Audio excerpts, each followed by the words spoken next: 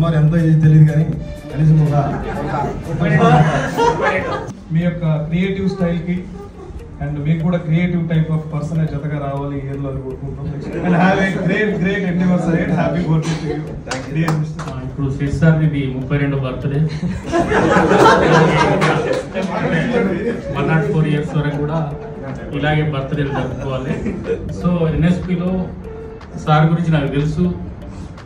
మంచి రికార్డ్స్ అయితే compulsory sir నుంచి హైదరాబాద్ బ్రాంచ్ నుంచి మంచి బిజినెస్ అయితే అవుతుంది.